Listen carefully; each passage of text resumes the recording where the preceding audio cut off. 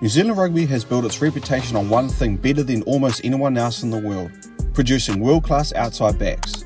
Speed, footwork, finishing, instinct. It's part of the system, part of the identity. But what happens when the same system develops elite talent, only to lose it before the All Blacks can fully cash in? That's exactly what happened with Fehi Fineanganofo, a player many believe was destined for the highest level, now heading offshore while only still scratching the surface of what could only become. And the bigger question isn't why he left. The bigger question is why New Zealand Rugby couldn't keep him. Because this isn't just about another player, it's about a growing trend. A trend that could eventually hurt the New Zealand National Rugby Union team more than people realise. The scary thing about Fehi is that none of this came out of nowhere. The talent was obvious from the start. At Auckland Grammar School, one of New Zealand's most famous rugby factories, Fehi quickly became one of the standout schoolboy players in the country.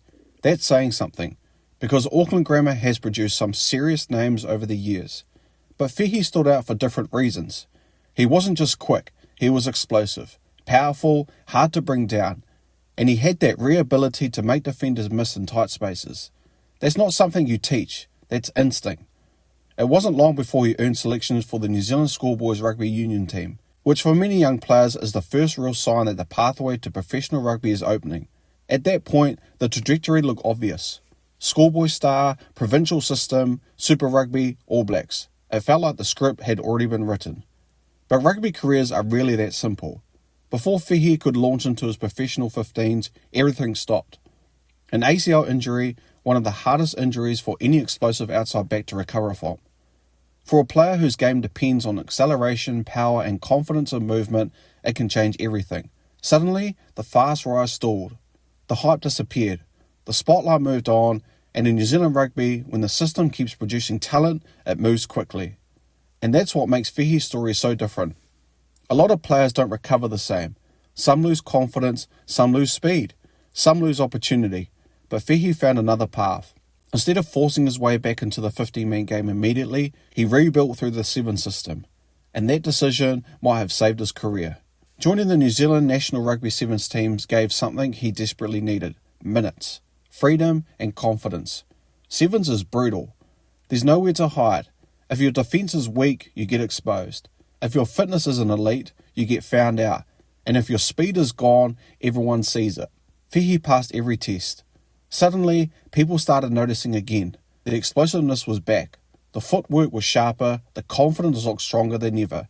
And on the 7th circuit, he became one of New Zealand's most dangerous attacking weapons.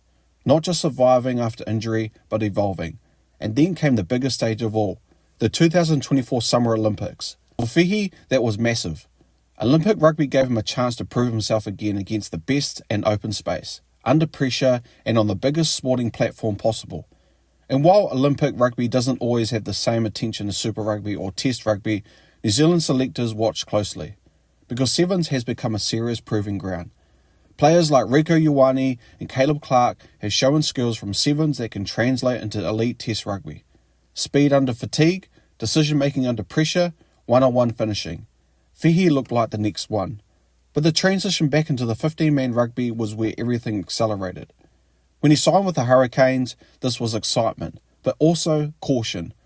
Sevens form doesn't always transfer. The physical demands are different. The structures are tighter, defensive systems are more complex. But Fehi adjusted faster than many expected. And once he got going, it became obvious. He wasn't just a good player. That was serious talent. His first Super Rugby season showed exactly why so many rated him highly over the years. He carried hard, beat defenders, finished chances, but what stood out most was how naturally he adapted. No hesitation, no fear. He looked like he belonged immediately. And in New Zealand Rugby, that usually means one thing: All Blacks conversations begin. Fans started talking. Analysts started noticing. Could he push into the national contention? Could he force his way into one of the most competitive back 3 positions in world rugby? Because let's be honest, breaking into the All Blacks back line is brutal. You're competing against players like Will Jordan, Leroy Carter and Caleb Clark, established internationals, proven finishers. And maybe that's part of the problem, because while New Zealand Rugby has incredible depth, depth can also create delays. A player can be good enough but still be blocked, still waiting and still hoping. And for a player like Fehi, timing matters. Rugby careers are short. One injury can change everything. One contract decision can define your prime years. So when the overseas offer came, the decision suddenly made sense. Not because he didn't believe in New Zealand rugby, but because professional rugby is also a business. Bigger contracts overseas, financial security, guaranteed opportunities. New environments, these things matter. And increasingly, they matter earlier. That's the part many fans don't want to admit. New Zealand rugby simply cannot match overseas money in many cases, especially for players who are not yet established All Blacks. The gap is real and players know it. So when Fehei chose to leave, some saw it as disappointing, but others saw it as inevitable. And that's where the real conversation starts. Because Fehei leaving isn't the problem, it's the symptom. New Zealand rugby has lost talented players before. Some became stars overseas. Some represented other nations. Some left because the pathway felt blocked. Others left because the money was impossible to ignore. Fehei fits right into that pattern, and the danger is obvious. What happens if New Zealand keeps developing elite talent, but loses them before their peak? What happens when the All Blacks become a finishing school for overseas clubs instead of the final destination? That sounds dramatic, but it's becoming harder to ignore, especially when you look at Fehei's timeline. Injury, recovery, seventh growth, Olympic exposure, Super Rugby breakout. This was the exact moment New Zealand Rugby should have been locking him in for. Not reacting after he exploded. Planning before. That's the difference. The best systems don't identify talent, they protect it. And right now, there's a real argument that New Zealand Rugby is struggling with that. Not at the top, but in the crucial middle stage, where players are deciding whether to commit long-term or cash in elsewhere. And fans are split on this. Some say Fehei hadn't done enough yet, but one good stretch of rugby isn't enough to just panic. That's fair, but others look at the raw ceiling. And that's where this becomes interesting, because Fehei doesn't look like a finished product. He looks like the beginning of something, and that's exactly why losing him hurts. Imagine if his best rugby is still 3 years away. Imagine if he becomes one of the most dangerous outside backs in Europe. Imagine if New Zealand Rugby watches the development from somewhere else. That's the uncomfortable part. Not what Fehei is now, what Fehei could become. And maybe that's why this one feels bigger than others. Because this wasn't a veteran cashing out. This was a young player entering his prime. A player who looked like he was just getting started.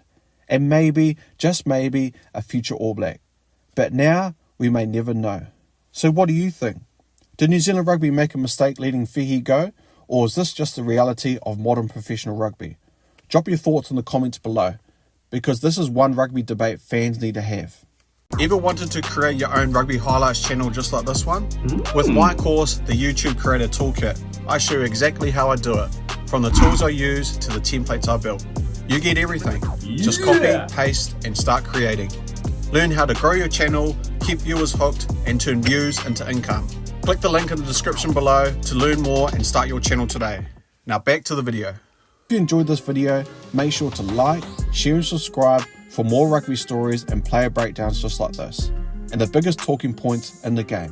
Thanks for watching guys, and I'll see you next time. Peace!